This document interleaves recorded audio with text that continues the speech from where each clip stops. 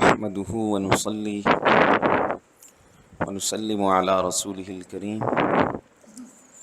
أما بعد فأعوذ بالله من الشيطان الرجيم بسم الله الرحمن الرحيم قال الله تبارك وتعالى في شان حبيبه إن الله وملائكته يصلون على النبي يا أيها الذين آمنوا صلوا عليه وسلموا تسليما اللهم صل على سيدنا ومولانا محمد وعلى آل سيدنا ومولانا محمد بعدد كل شيء معلوم لك ربي أرني بجمالك يا رسول الله يا رسول الله يا رسول الله۔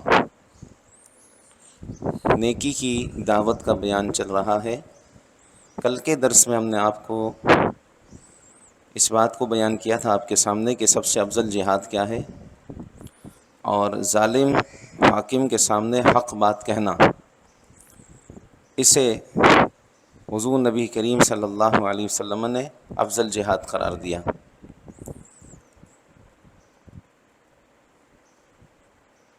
علامہ ملا علی قاری علیہ الرحمہ ان احادیث کے تحت ارشاد فرماتے ہیں کہ ظالم حاکم کے سامنے حق گوئی کرنا جہاد اکبر ہے۔ فرماتے اس کی وجہ یہ ہے کہ اس میں مخالفت نفس پائی جاتی ہے۔ اصل میں نفس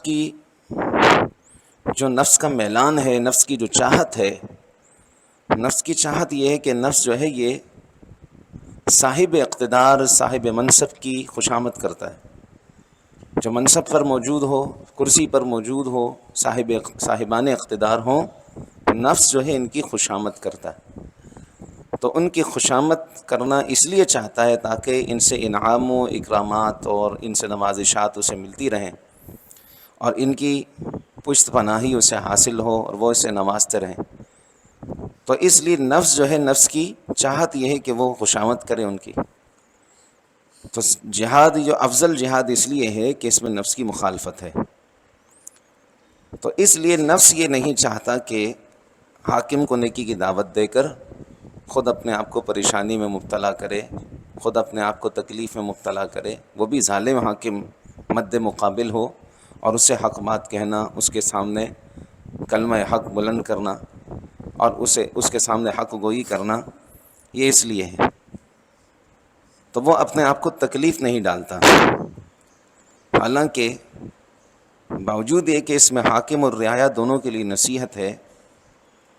حاکم کو اس لیے کہ حاکم وقت کو اگر وہ روکے گا تو کسی مسلمان پر ظلم کرنے سے روکنا، اور حدیث پاک میں یہ بھی ارشاد فرمایا گیا کہ اپنے ظالم بھائی کی مدد کرو، یعنی جو ظلم کر رہا ہے اس کے ہاتھ کو روکو، تو یہ بھی اس کے ساتھ نیکی کرنا ہے۔ اور کسی مسلمان کو قتل کرنے سے روکنا، یہ پایا جائے گا اگر وہ اس کو نصیحت کرے گا تو اس نصیحت کی برکت سے بہت سے مسلمان محفوظ رہیں گے۔ تو اس لیے یہ جہاد اکبر کہلایا، افضل جہاد کہلایا۔ اور قرآن مجید فرقان حمید میں اللہ رب العالمین جل جلالہ نے ارشاد فرمایا وَمَنْ أَحْيَاهَا فَكَأَنَّمَا أَحْيَا النَّاسَ جَمِيعًا، اور جس نے ایک جان کو بچایا تو گویا اس نے سب لوگوں کو بچایا۔ علامہ محمد بن علان شافعی علیہ الرحمہ ظالم بادشاہ کے سامنے حق بات کہنے کو افضل جہاد کے متعلق ارشاد فرماتے ہیں کہ اس کو افضل جہاد اس لیے کہا گیا کہ یہ وہ فعل ہے کہ اس میں شخص کے کمال توکل، قوت ایمان اور شدت یقین کو وضاحت پر دلالت کرتا ہے۔ یعنی کلمہ حق بلند کرنا انسان کے کمال توکل، قوت ایمانی اور شدت یقین پر دلالت کرتا ہے کہ وہ بندہ توکل کے اعلیٰ درجے پر فائز ہے، اس لیے تو ظالم حاکم کے سامنے کھڑا ہے، اس لیے تو ظالم اور جابر حاکم کے سامنے کھڑے ہو کر حق گوئی کر رہا ہے کہ اس کا یقین اللہ رب العالمین کی ذات پر بہت کمال کا ہے، اور قوت ایمانی میں وہ ایمان کے اعلیٰ درجے پر فائز ہے۔ ایمان کمزور بھی ہوتا ہے، کمزور سے اعلیٰ درجے کا بھی ہوتا ہے، اور کمزور سے اعلیٰ ترین درجے پر بھی ہوتا ہے۔ تو گویا جس کا ظالم جابر حاکم کے سامنے جو کلمہ حق بلند کرے گا اس کا مطلب یہ ہے کہ اس کا ایمان بہت اعلیٰ قسم کا ایمان ہے، قوت ایمانی میں بڑا مضبوط ہے۔ تو اس طرح وہ شخص جو ہے وہ ظالم و جابر حاکم کے سامنے کلمہ جہاد بلند کرے گا۔ جب کلمہ جہاد بلند کر دے گا اس کی دو صورتیں ہو سکتی ہیں۔ ایک تو یہ ہے کہ اس نے جب کلمہ جہاد بلند کیا تو اس کے بدلے میں اس کی جان بھی جا سکتی ہے، یا پھر جان اگر نہیں گئی تو اس کو نقصان ضرور پہنچے گا، کیونکہ بادشاہ کے آگے، اور وہ بھی ظالم اور جابر بادشاہ ہو، اس کے آگے اگر کوئی شخص بات کرتا ہے تو وہ اس کو ضرور نقصان پہنچاتا ہے۔ اگر اس کو نقصان نہیں پہنچاتا تو پھر اس کا غصہ عوام پر نکالے گا، کیونکہ ایسے بادشاہوں کو فوراً غصہ آتا ہے۔ لہذا شریعت مطہرہ میں ظالم و جابر حاکم کو نصیحت کرنے کے لیے اور ظالم و جابر حاکم کو نصیحت کرنے کے لیے کچھ اصول بیان کیے گئے ہیں۔ ہر کسی کو نصیحت کرنے کا ایک انداز ہے۔ اگر ظالم و جابر حاکم ہے تو اس کو کس انداز میں نصیحت کی جائے گی، اس سلسلے میں اصول کی کتابوں میں اس بات کو بیان کیا گیا۔ اول تو یہ ہر شخص کا کام نہیں ہے، یہ ہر شخص کا کام نہیں کہ وہ ظالم و جابر بادشاہ کے آگے کلمہ حق بلند کرے، بلکہ یہ ان کا کام ہے کہ جو صاحبان اقتدار سے، بادشاہوں سے جن کی قریب مراسم ہو، ان کے ہاں آنا جانا ہو اور ان سے قریبی تعلقات ہوں، وہ نصیحت کریں، ان کی نصیحت سنیں گے۔ عام آدمی اگر اس طرح کھڑے ہو کر کرے گا تو وہ تو مارا جائے گا۔ پھر اسی طرح اگر نصیحت بھی کرنی ہے تو بڑے اچھے انداز میں کریں، بالکل نرمی کے ساتھ۔ ایک بار نصیحت کریں، بار بار نصیحت بھی نہیں کریں۔ نصیحت بھی صرف ایک مرتبہ ہونی چاہیے، بار بار نہیں۔ بار بار کریں گے تو وہ ضرور بے ضرور غصہ ہوگا وہ بندہ، اور اس غصے کو اگر چاہے تو اسی پر نکالے گا، اگر اس پر نہ نکال سکا تو پھر وہ عوام پر نکالے گا۔ اسی انداز میں کسی کی اصلاح کرنی ہے، اگر وہ آپ سے بڑا ہے تو طریقہ کار یہی ہونا چاہیے کہ اس کو ایک بار نصیحت کریں۔ ایک بار نصیحت سے اگر وہ نہیں مانتا تو پھر دوسری بار نصیحت جو ہے نا تھوڑا ٹھہر کے کرنی، تاکہ آپ کی بات اثر کرے۔ اسی طرح نصیحت اگر کرنی ہے تو اس میں سختی نہ ہو، الفاظ کا چناؤ بہت اچھا ہو اور بالکل نرمی کے ساتھ، تاکہ بات اس کے دل تک پہنچے کان کے ذریعے۔ اس کے دل تک بات کب پہنچے گی؟ جب بات میں نرمی ہوگی۔ کیونکہ آپ ایک بات ذہن میں رکھ لیں، شہد کا ایک قطرہ ہے نا، ایک قطرہ، شہد کے ایک قطرے پر ہزاروں کی تعداد میں مکھیاں آ سکتی ہیں، لیکن اگر یہی قطرہ آپ لیموں کا قطرہ ٹپکا دیں، کوئی ایک بھی مکھی نہیں آئے گی۔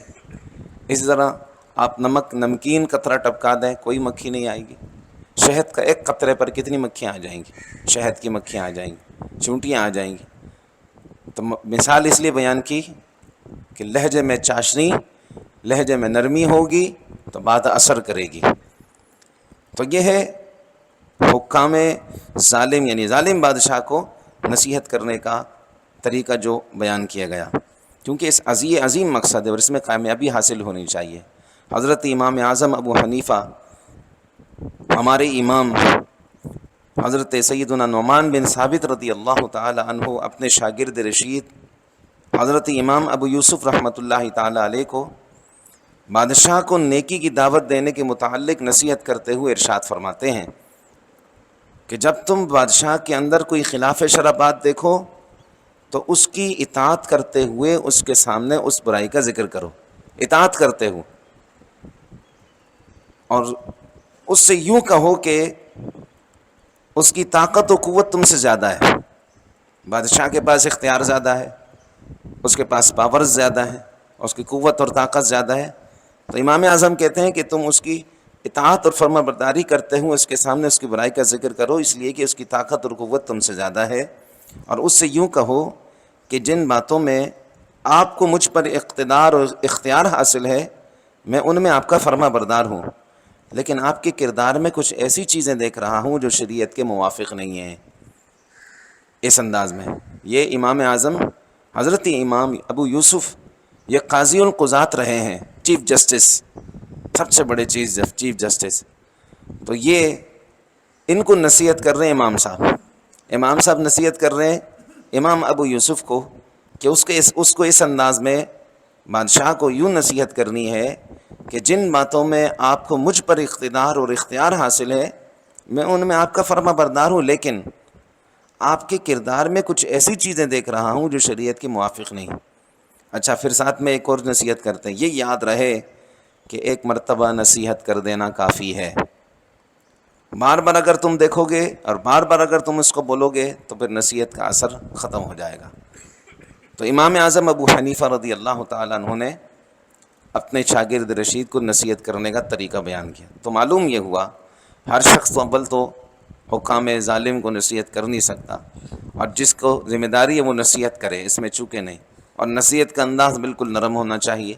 اسی طرح نصیحت ایک ہی مرتبہ کرنی چاہیے، یہ کن کو نصیحت کرنی؟ جب آپ کے مد مقابل کوئی صاحبان اقتدار ہوں، ان کو بڑے اچھے انداز میں نرم لہجے کے ساتھ، اور دیکھیں الفاظ کا چناؤ بھی بہت عمدہ ہو۔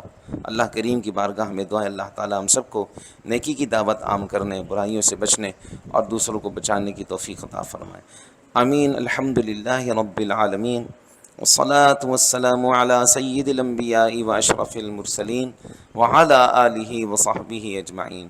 اللہم ربنا زدنا علما نافعا وعملا صالحا ولسانا ذاکرا وقلبا خاشعا وبدنا صابرا ورزقا واسعا۔ اللہم استرنا بسترک الجمیل فسہلنا یا الہی کل صعب بحرمت سید الابرار سہل۔ اللہم افتح علینا حکمتک وانشر علینا رحمتک یا ذا الجلال والاکرام، وصلی اللہ تعالی علی حبیبہ سیدنا و مولانا محمد وآلہ وصحبہ اجمعین برحمتہ۔